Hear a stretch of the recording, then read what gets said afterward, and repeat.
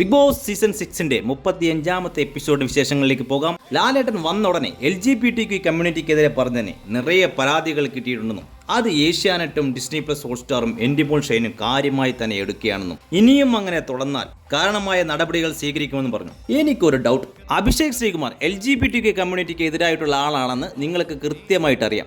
അപ്പോൾ നിങ്ങളുടെ പോളിസിക്ക് നിരക്കാത്ത ഒരാളെ നിങ്ങൾ എന്തിനു സെലക്ട് ചെയ്തു? ആദ്യം അകത്തേക്ക് കയറ്റിവിടും, അതിനുശേഷം പുറത്താക്കും. TRP അല്ലേ?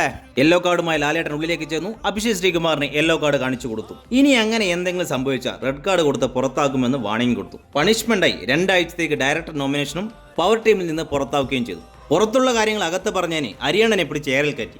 അടുത്ത ആഴ്ച ഡയറക്ട് നോമിനേഷനും ലക്ഷറി പോയിന്റിൽ നിന്ന് 1000 പോയിന്റ് കട്ടാക്കുകയും ചെയ്തു. എന്ത് നടന്നിട്ടും നമ്മൾ അരിയണ്ണൻ ഏർപ്പിടുത്തം വിട്ടതേയില്ല. ജാസ്മിനെ സമാധാനിപ്പിക്കാൻ വേണ്ടി സായി മനഃപൂർവ്വം തളർത്താൻ വേണ്ടിയാണ് ഇതൊക്കെ പറഞ്ഞതെന്ന് സായിയെ കൊണ്ട് തന്നെ പറയിപ്പിച്ചു ലാലേട്ടൻ. ജാസ്മിൻ നല്ലൊരു പ്ലെയർ ആണെന്നും ആ നല്ല പ്ലെയറെ തളർത്താൻ ഇവർ അങ്ങനെയൊക്കെ പറയും, അതൊന്നും കേട്ട് തളരാതിരിക്കുക എന്നാണ് ലാലേട്ടൻ പറഞ്ഞത്. ഇവിടെ നല്ല പ്ലെയർ ആയിട്ട് എനിക്ക് തോന്നിയത് ബിഗ് ബോസിനെയാണ്. ബിഗ് ബോസേ, നിങ്ങളെ ഗെയിം ഉണ്ടല്ലോ. പവർ ടീമിന്റെ കാര്യങ്ങളെക്കുറിച്ച് ലാലേട്ടൻ എല്ലാവരോടും ചോദിച്ചറിഞ്ഞു. അൻസിബിയും ജാൻമണിയുമാണ് പവർ ടീമിനെതിരെ നിന്ന മെയിൻ ആയിട്ടുള്ള 2 വ്യക്തികൾ. ജാൻമണിയോട് പവർ ടീം ഒരു കാര്യം പറഞ്ഞത് അതിനോട് നോ എന്നല്ല പറയേണ്ടതെന്നും യെസ് ആണ് പറയേണ്ടതെന്നും പറഞ്ഞു. പക്ഷേ അൻസിബിയോട് ചെറുതായിട്ടൊരു ഫേവറിസം കാണിച്ചതുപോലെ എനിക്ക് തോന്നി.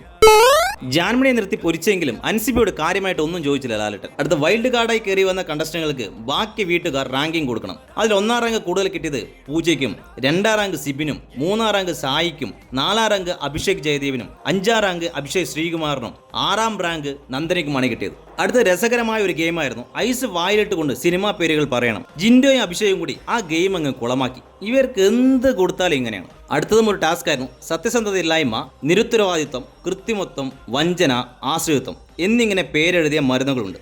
ഇതൊക്കെ ആർക്കാണോ കൊടുക്കേണ്ടത് അത് അവർക്ക് കുടിക്കാൻ കൊടുക്കണം. ഇതായിരുന്നു ടാസ്ക്. അതിൽ നോറ ജാൻമണിക്ക് എല്ലാ മരുന്നും കൊടുക്കണം എന്ന് പറഞ്ഞു. ഇത് മൊത്തമായി കുടിക്കില്ല എന്ന് പറഞ്ഞ ജാൻമണിയെ ലാലേട്ടൻ മൊത്തം കുടിപ്പിച്ചു വിട്ടു.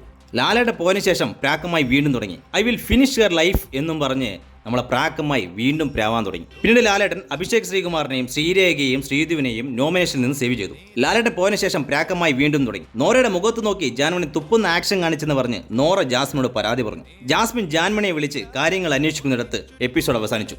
ഇതൊക്കെയാണ് 35-ാമത്തെ എപ്പിസോഡിലെ വിശേഷങ്ങൾ. അടുത്ത എപ്പിസോഡ് വിശേഷങ്ങളുമായി നമുക്ക് വീണ്ടും കാണാം. അതുവരെയും ഗുഡ് ബൈ.